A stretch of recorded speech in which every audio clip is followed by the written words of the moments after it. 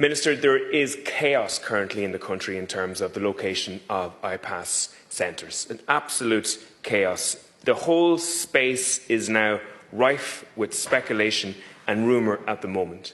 There's no doubt in my mind that certain investors are putting in applications for an IPAS centre on properties they don't own.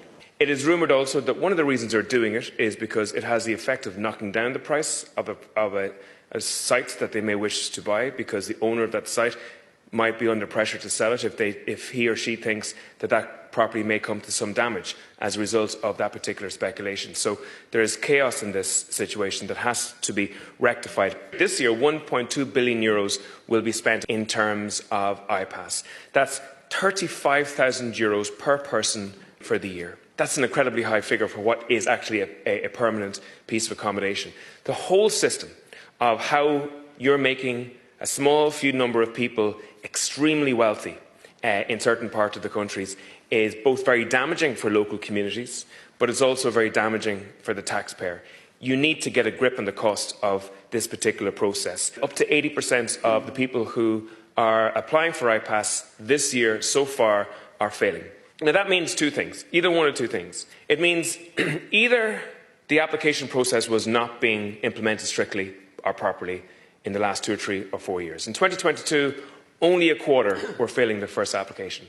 Or it means that a new cohort of people are now applying for IPAS in this country. And that may be the case because the message that was sent out from this country over the last 4 or 5 years was incredible. The message that was sent out was that Ireland was a soft touch in terms of IPAS applications. There's about 270 roads going north-south across the border.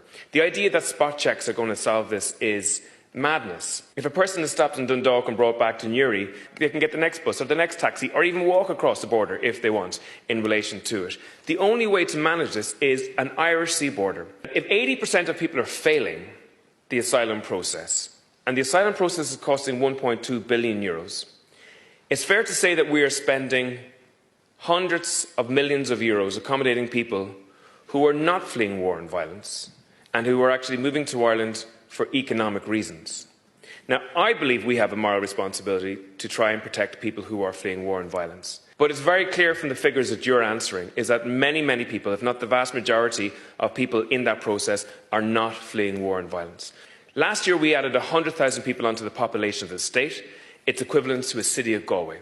Galway has a university, it has a hospital, it has dozens of schools, and it has tens of thousands of houses.